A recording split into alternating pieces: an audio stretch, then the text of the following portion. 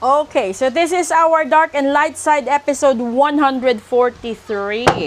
Alamin natin sa ano naman ang galing, no? Kasi mahilig tayong mag-blame ng ibang tao kung saan galing yung problema natin. Pero hindi natin kayang tanggapin at hindi natin kayang i-blame sa sarili natin. May iilan na biniblame nila sa sarili nila, pero kalimitan kasi kapag negative yung nangyayari, biniblame natin sa iba. Pero kapag positive, kahit hindi tayo ang gumagawa, gusto natin nasa atin yung credit, di ba? Aminin nyo, totoo yan. At least dito, tingnan natin kung ano yung mga possible solutions na sinasabi ni Universe.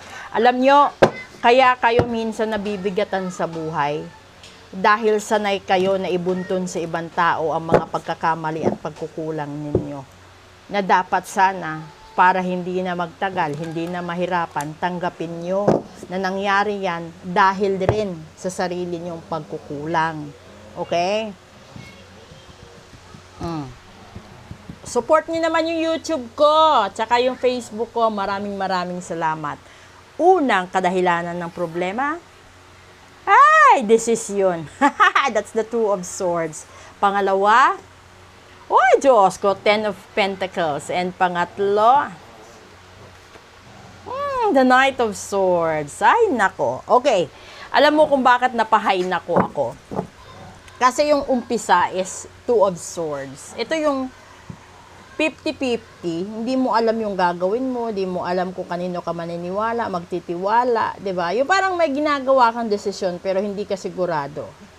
Pero yung laman ng utak mo is the Ten of Pentacles. Gusto mong gumaan ang buhay mo, gusto mong yumaman bigla, gusto mong masolve yung problema mo. Yung kasunod is the Knight of Swords.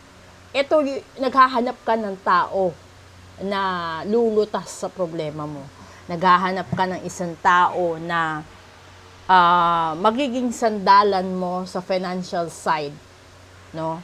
Ito yung posible din na nasa sitwasyon ka na pipiliin mo ba yung mahal mong tao o yung taong nagbibigay sa'yo ng material na bagay, financial, di ba? Tingnan natin dito kung ano meron. First solution. Ay, the Knight. So, Nine of Swords, which is anxiety, depression, etc. And then, the Four of Pentacles. And pangatlo, ay, the Knight of Wands. Ito, maganda. Diba? Kasi, hindi mo alam kung anong desisyon mo dito. Pero dito sa kasagutan, harapin mo lahat ng pagkakamali mo, pagkukulang mo, kung nasasaktan ka, nasusugatan ka, iniwanan ka, nabigo ka, o kahit ano pa man, 'di ba? Ito yung isipin mo, tanggapin mo. Yung nasa gitna is the Four of Pentacles. Ibig sabihin, kung ano man yung meron ka, makontento ka, magtipid ka, no? Mag-budget ka. Yung siguraduhin mo yung paggagamitan ng pera mo. And then dito, sinasabi, there is a person destined talaga para sa'yo na mamahalin ka. Darating siya sa tamang panahon. So, hindi katulad nito. Nag-iisip ka, hindi ka sigurado sino pipiliin mo, yung mahal mo o yung taong magbibigay sa'yo ng luho. Kasi dito sinasabi, harapin mo sarili mo, depression mo, lahat-lahat, takot mo, lahat. Pero yung kalagitnaan na baraha is manigurado ka, di ba?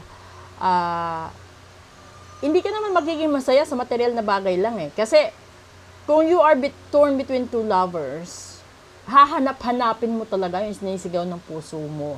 Hindi yung isinisigaw ng bulsa mo. 'Di ba? So, dito, sinasabi ni Universe, may tao talagang nakadestined para sa'yo. Kung kaya mo maghintay. O, 'di ba? So, kalimitan kasi sa atin, nabanggit ko kanina yung blame game. So, huwag mong ibuntun sa ibang tao kung nagkataon na yung mahal mo sapat lang yung kakayanan para tulungan ka or bigyan ka ng katamtaman na pamumuhay. Kung gusto mong instant na yayaman ka, gaganda buhay mo, di ba? Lahat ando doon, magsasakripisyo ka. Pero kung susunod ka sa tamang proseso, natural yung bagay. Hindi ka magiging strong kung hindi ka dadaan sa matinding problema. hindi ka rin magiging matibay kung hindi mo kayang tanggapin yung weaknesses mo aside from your strength. At hindi ka rin magkakaroon ng moral lessons, and then hindi ka rin matututo kung hindi mo alam ito. This is the budgeting side. This is the pagkasyahin side mo, whatever you have. And you have to be happy of whatever blessings, it might be small or big, as long as you have it and it was given wholeheartedly, then you have to be thankful. 'Di ba? And then, doon sa mga nawala ng pag-asa, huwag kang mawala ng pag-asa. May pag-asa pa na may magmamahal sa'yo na ibibigay talaga ni universe. Okay? So, ito yun. This is the dark and light side of life. Katotohanan din naman. So, yung iba, kung gusto nyo magpa-book ng full private reading at gusto nyo gamitin yung ganitong deck, pwede din. Kasi yung ibang clients ko, nagre-request kung anong deck yung gagamitin. So, pwede din yun sa inyo. Sa gustong magpa-reading, magpa-ritual, magpa-cleansing, magpa-home service, sa healing, lalong-lalo na yung mga bedridden. Kung gusto nyo na ako yung pumunta doon, pwede. Okay? So, eto, maraming salamat po at magandang gabi. Proceed tayo sa Real Talk 101. Please do support my YouTube channel as well as yung Facebook ko. Hindi ko na-update yung Instagram, masyado na kasing busy. At maraming salamat po sa mga referrals. Okay? Sa donations, maraming salamat din po. And doon sa nagtatanong, kung gusto nyo na isama ko yung product ninyo sa everyday na sabi nito, yung everyday natin na videos, ilalagay ko lahat dyan ng logo at saka yung details ninyo. Pero, kailangan nyo muna akong kausapin kasi merong do's and don'ts si TikTok regarding dito. Okay? Pero kung isa kayo doon sa mga tarot card producers, oracle producers, sellers, di ba? You can send me sample and I will show everyone kung gaano kaganda yung tarot card ninyo. Kasi the tarot cards that you are seeing from here down to the back side of the camera, collection ko po yan. It was never attempted to go on for sale. Nakalaan po yan kasi I want to keep all those collections of mine para din naman sa anak ko in the future. So, again, maraming salamat po. Ito yung Dark and Light Side episode ninyo. Proceed tayo sa Real Talk natin. Thank you!